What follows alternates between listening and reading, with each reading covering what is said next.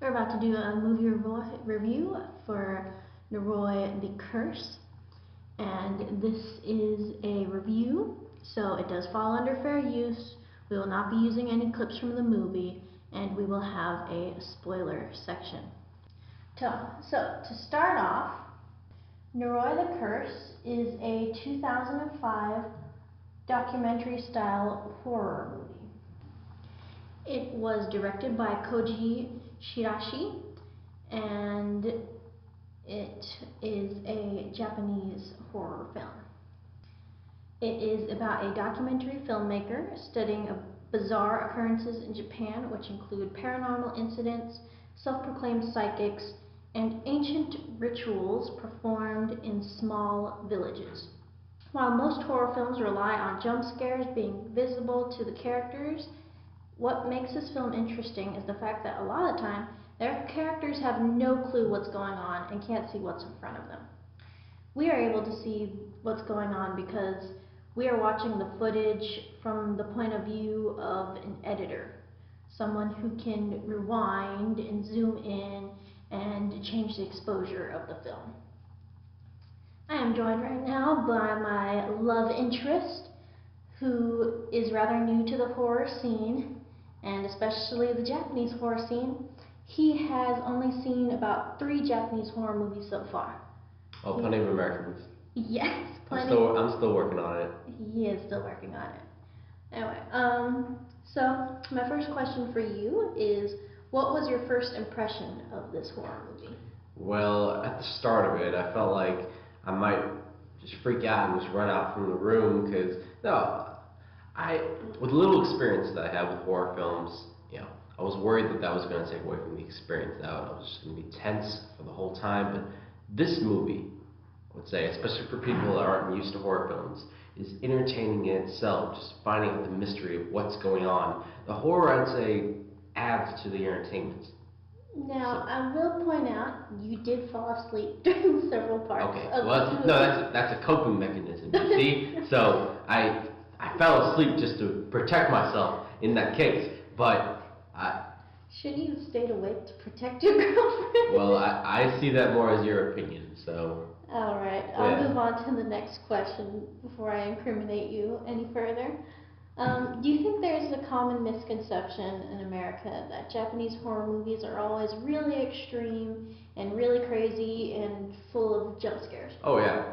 No, people have this idea that a typical Japanese horror film usually has a girl, just like from the movie we saw later on, Ringu, who has like long hair, just crawling out of a TV, or might have skin just peeling off, and it's really intense.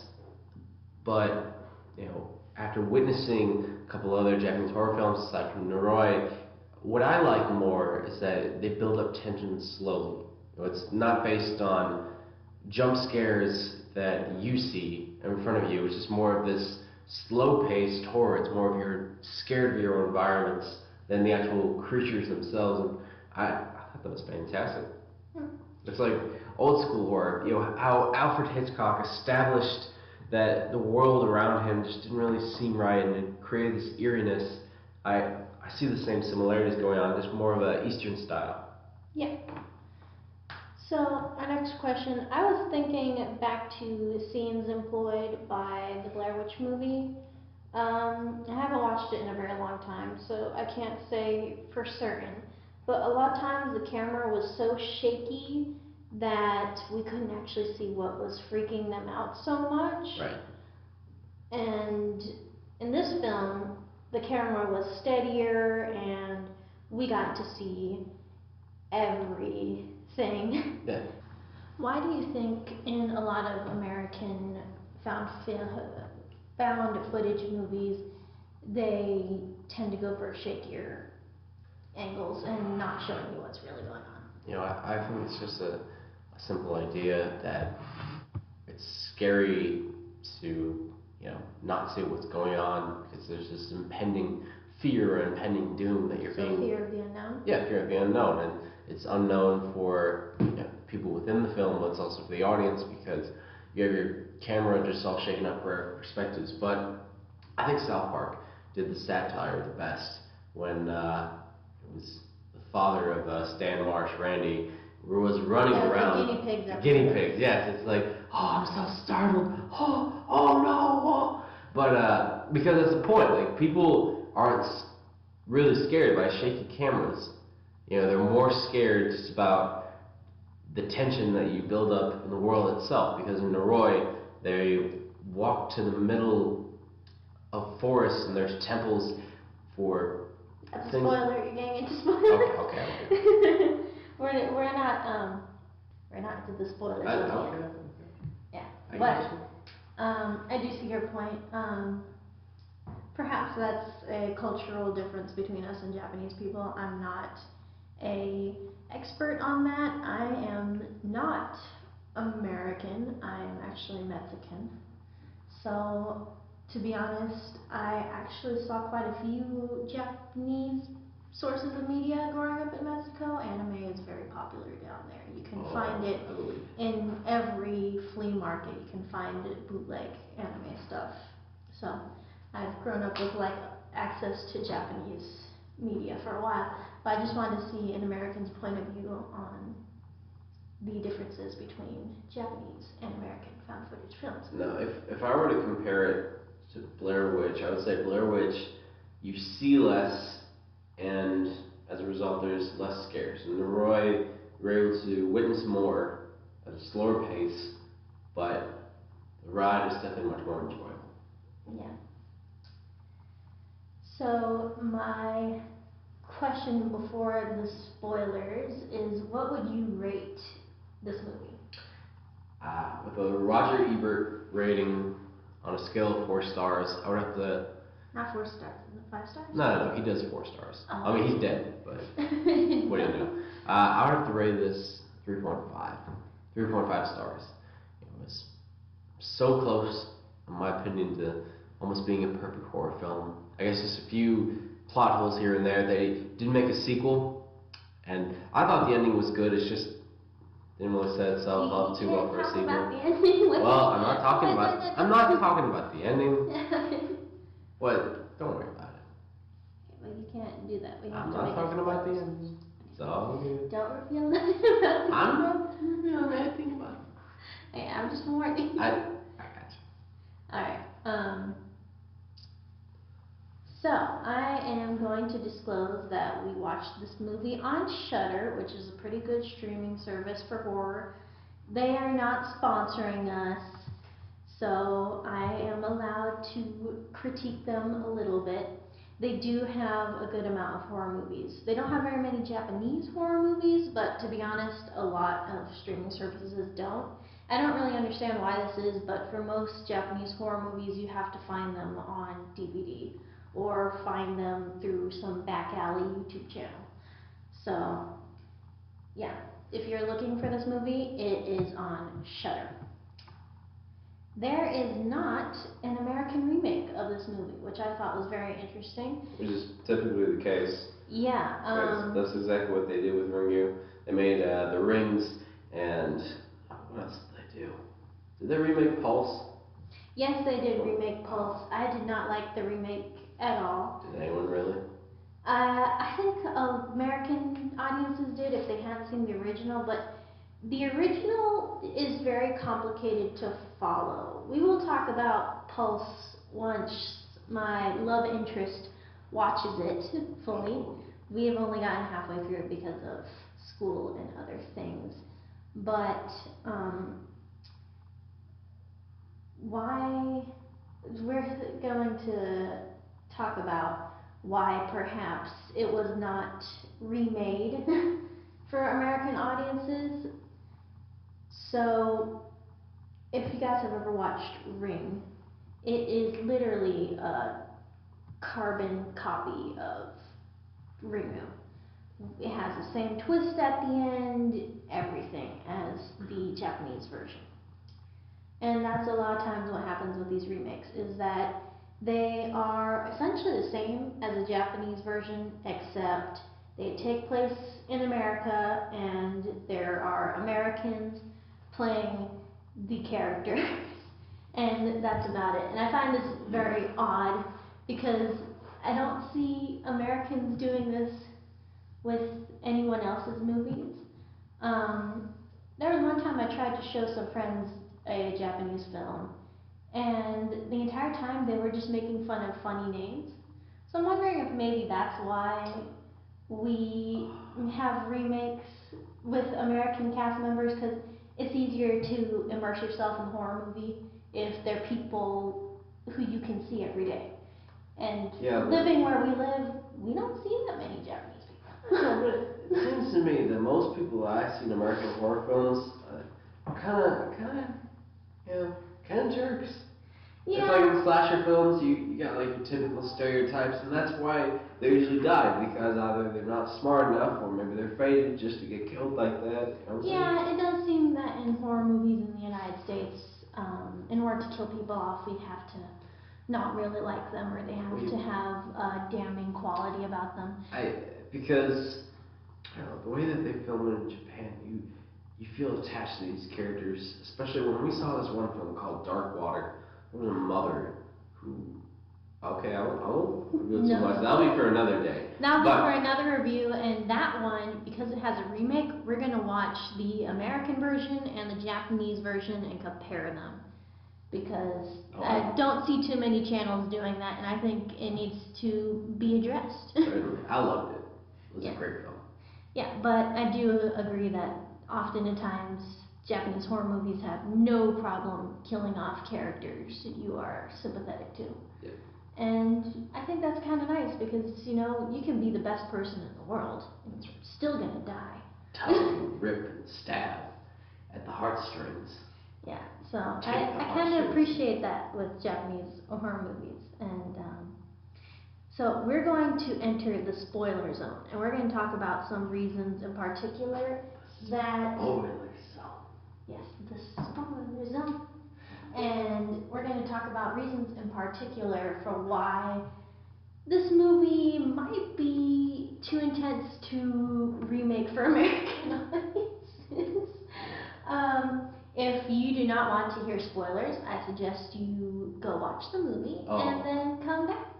It is on Shudder, and I think with Amazon or something you can get like a month free. I'm not sponsoring. I'm just telling you where you can see and how you can see a movie. Now, Jeff Bezos, whatever you do, if you're listening, do not get rid of the Shudder deal. I don't think he's going to listen to our... I wonder, he probably dresses up as the guy from Hellraiser for Halloween. I mean, he's got the head for it. That's all I'm saying. Perhaps. I'm not sure. We're not getting into reviews about Jeff Bezos. I'm getting into it. No, let's go back onto the questions. Okay. So, certain aspects of this movie that would not work for American audiences. Let's address the elephant in the room. This movie has a lot of dead fetuses. And mentions of dead fetuses. So dead babies, dead fetuses, dead babies. If you like seeing dead babies, don't preface it like that. Okay, let me reverse that. If you don't like seeing dead babies, prepare to be terrified. Yes, it's not something we see often in American media is dead fetuses, but they're in this movie. And dead dogs. Yep, there are dead dogs. Like, not just mentioning them casually. No, you get to see their full-on mutilated baby, not mutilated babies, but I'm sure there were puppies, weren't there? Yeah, there were puppies. Yeah, there were puppies and adult dogs. Lots of dead dogs in that movie, I will say. And I don't think that would work for American audiences because we are very sensitive. Well, I can't include myself in this because I don't have an issue with animal death as much. I mean, I've eaten dog in other countries. That's true. But for Americans, you guys have a strong relationship with dogs. Yeah, to man's doggos. To man's best friend. So I feel like that is perhaps a deterrent for remaking this film because there's a certain gore that would help me out I here. well, no, I mean I agree with you on that. I just look, it is what it is. It People are is gonna see it. what it is, but I think that that is a deterrent for Hollywood wanting to make this movie because Yeah, I think it's some simple of the as that. imagery is too much. So, listen here. Prepare to be entertained. Prepare to be intertwined into the curiosity of this movie as you come forward and watch how this mystery unfolds. Prepare for dead dogs. Yeah, prepare for dead dogs. And fetuses. And fetuses, okay. Especially when it was revealed that that sidekick girl was being fed fetuses. Yep. So, in this movie, our main character, who is the film director, he meets a couple of self-proclaimed psychics, and I know how this sounds. At least a couple of people say that, like, they're psychic. I think that might be just a little bit of a facade. In this movie, how it works is that some of those powers are real. So we meet a few characters who actually do have a shine or a sense or something like that. So that plays into what happens, and some really crazy stuff happens. I'll just leave it at that, but you can go ahead and watch yourself. Well, that's not. We're in the spoiler zone. So But, if it's spoiled. okay, no, you can go ahead with that. A couple of memories are a little shaky ever since I fell asleep. So. It's a coping mechanism and all. So. He was so terrified he passed out. No, I'm gonna watch it again. Yeah, he is gonna watch it again one of these days. But yeah, the last some of the thing I remember characters. was waking up and just seeing all these dead babies, and just really confused and scared, like what's going on. So that's how I tried to I. wake him up. I kept trying. I swear That's how. I kept trying. That's how I spent my Friday night. Anyways. Anyways, so those are some aspects that would probably not work. What did you think of the acting overall? I know it's more difficult to gauge that kind of thing when you don't fully understand the culture or the language, but some kind of estimate? No, I mean, I thought it was fantastic. Of the Okay, series. Matt, I'm gonna stop you right there. No, at first, I had to say, I was just a little bit surprised just by the range of emotions. From what I know, it's Japanese acting, they go from 0 to 100 really quick, but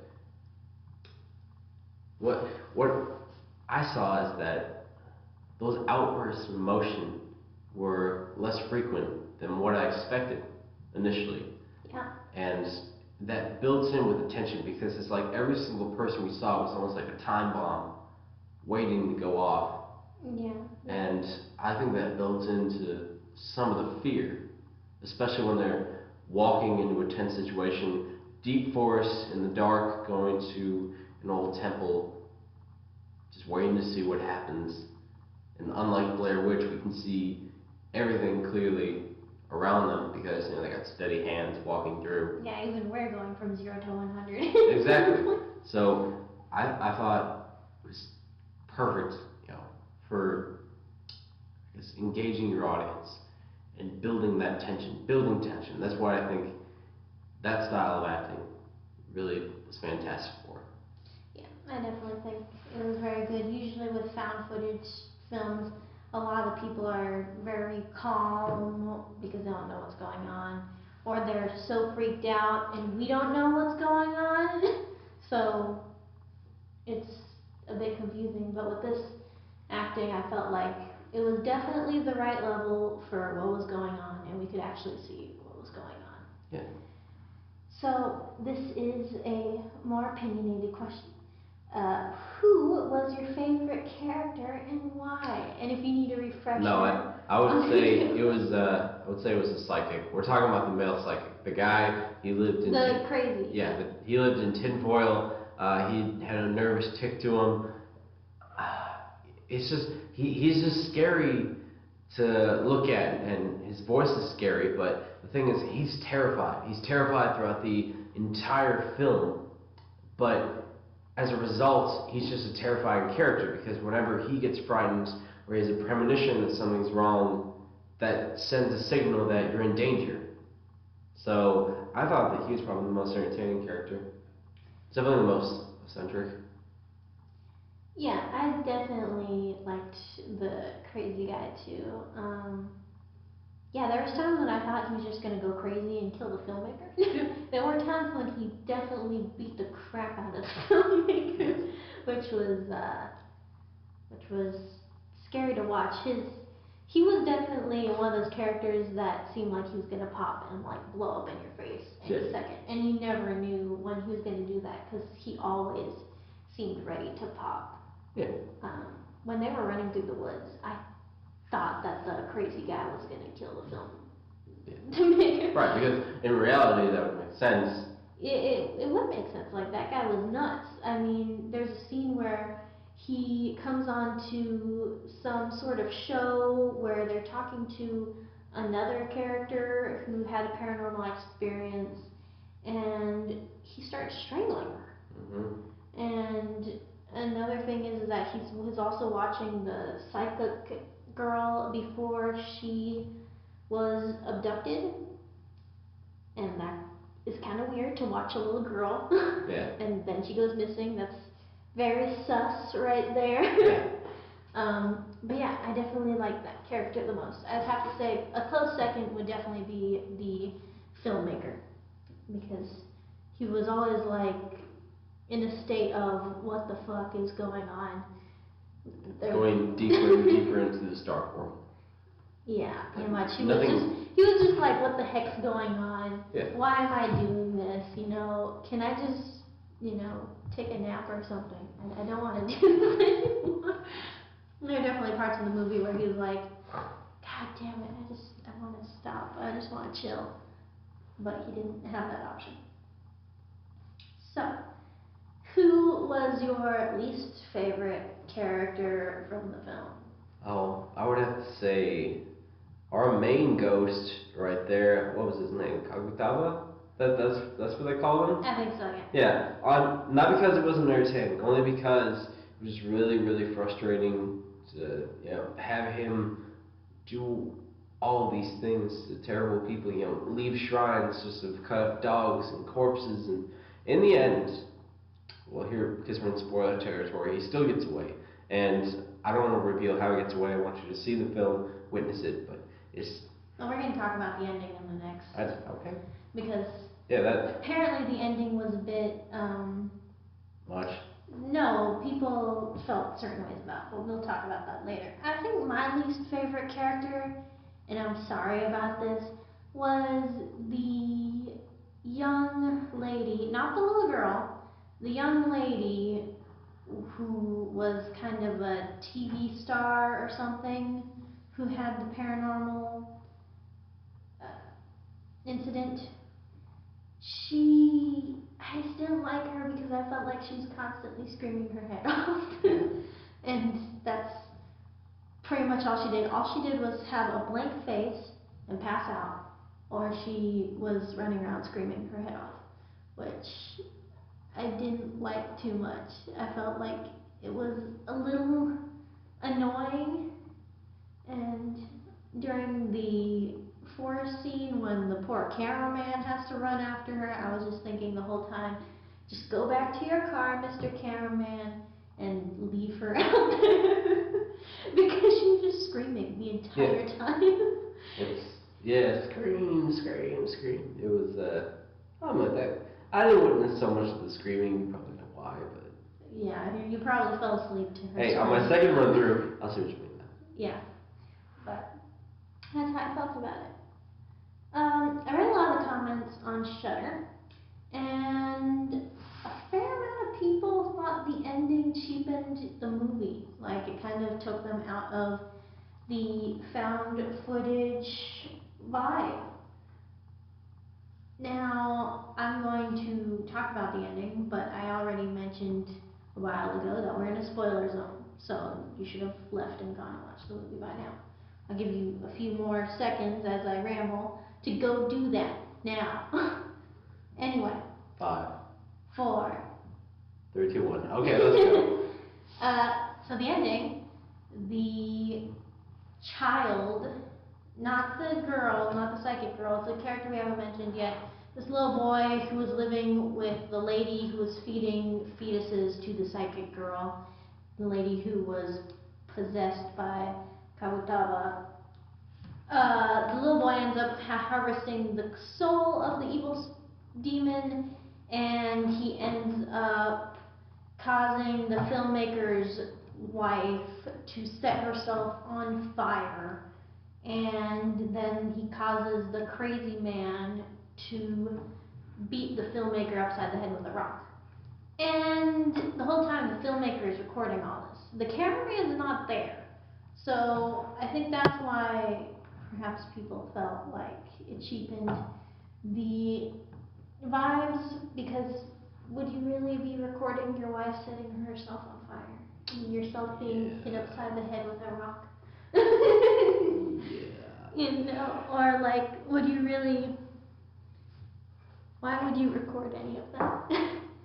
You could put it in your marriage album, I guess. That day that my wife got herself on fire. Post-wedding footage, 10-year anniversary footage. Look how far we've come. Remember that adopted kid who turned out to be a demon who made my wife set herself on fire?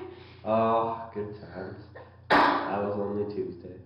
Do you remember the ending? Yes, I do. How do you think? Because I remember our psychic, he was the one who went off on a tangent. He killed one of the director's friends in his own home and then said, in his voice, we have to kill the kid, we have to kill the kid right now. And you're thinking, well, he's probably just finally snapping. Yeah, the crazy guy gets sent to a mental asylum. He breaks out and then he comes to the filmmaker's house. The filmmaker, like I mentioned before, adopted the son of the lady who was feeding the psychic girl fetuses. Yeah. It's very complicated.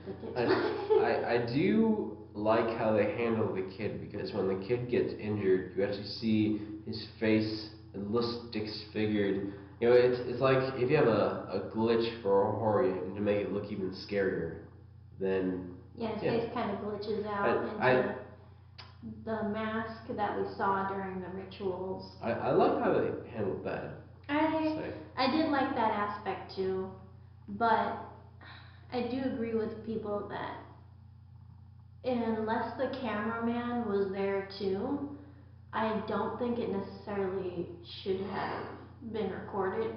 And if it was recorded without the cameraman, I think we should have been able to see less and maybe hear more, because the filmmaker literally gets hit in the head with a rock and somehow he's still holding the camera. So that he can see the crazy man leave the house with the little kid and the wife set herself on fire. He's at the perfect angle. He fell at the perfect angle to catch that all, and I think it's a little ridiculous. It's one of the only plot holes that really had gripes about, but aside from that, good film. Aside from that, good film, but I do have to agree a little bit with the majority that ending was a little too picture perfect for found footage. So that concludes our first review. I have to warn audiences once again who are squeamish about animal or children death that this movie features both. So you might want to sit this one out. But overall, I thought it was a great experience. Any closing remarks? Well, everyone stay safe. Just check under your beds. Don't fall asleep during films. Pay the prices. Your girlfriend will harass you forever. Oh, forever. Yeah. Trust me. I'm going to be watching it again, though. Yes, we will be watching it again. It is a very good movie. That's right. Yep. Well, anyways, y'all have a good time. Yep. Hope you guys stick around for the ride. Good night.